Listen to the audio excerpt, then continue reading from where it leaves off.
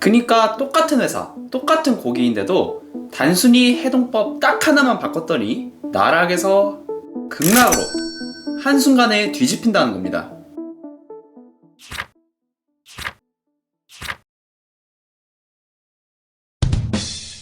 냉장고에 고기를 방치하면서 역시 천천히 해동하는 게 최고지 라는 상식을 와장창 엎어버리며 사실은 정반대였다 라는 충격적인 진실을 알려드렸죠. 그럼 최악을 알아봤으니 학계의 여러가지 최신 이론을 종합한 최고의 해동법 바로 시작하겠습니다. 보고 또 봐도 여전히 놀라운 꿈돌림의 해동법.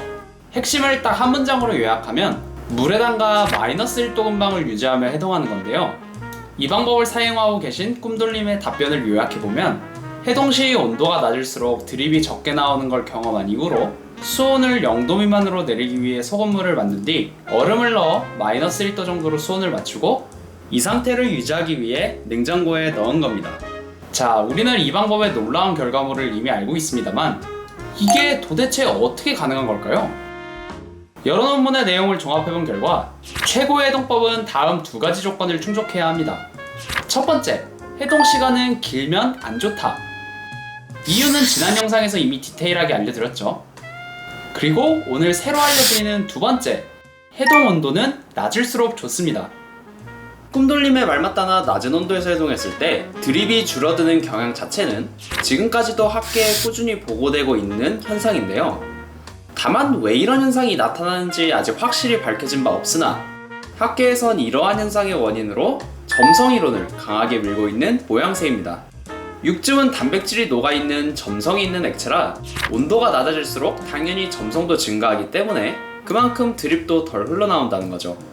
문제는 드립을 줄이기 위해 온도를 낮추면 그만큼 해동 시간도 늘어나기 때문에 두 가지 변수의 조화를 잘 맞춰줘야 한다는 겁니다.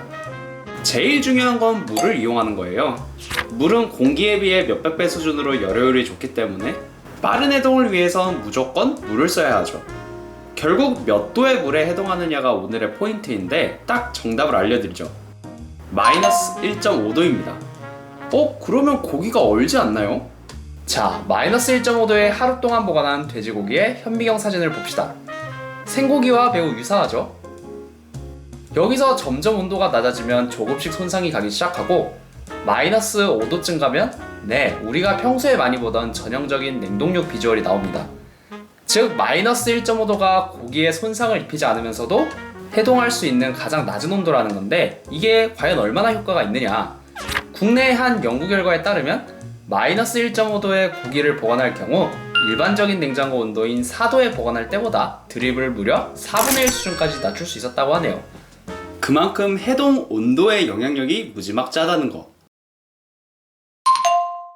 혼무무가 제안하는 최고의 해동법 바로 시작합니다. 우선 고기를 담을 수 있는 넉넉한 냄비에 물을 적당히 받아주세요. 그 다음 소금을 넉넉히 넣어주는데 적당한 염도는 3에서 4%로 먹자마자 우욱자 수준이 나와야 합니다. 이 정도는 되겠네요. 아이스팩과 얼음을 1차로 넣어주고 고기를 넣어주면 됩니다.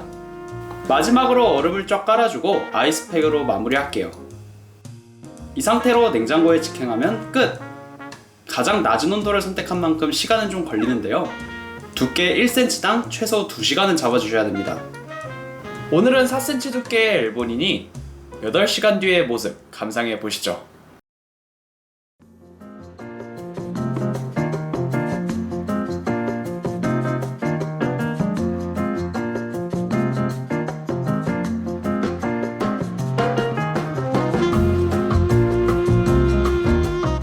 비교 대상으로 냉장고에서 이틀간 해동한 엘본을 준비했는데요.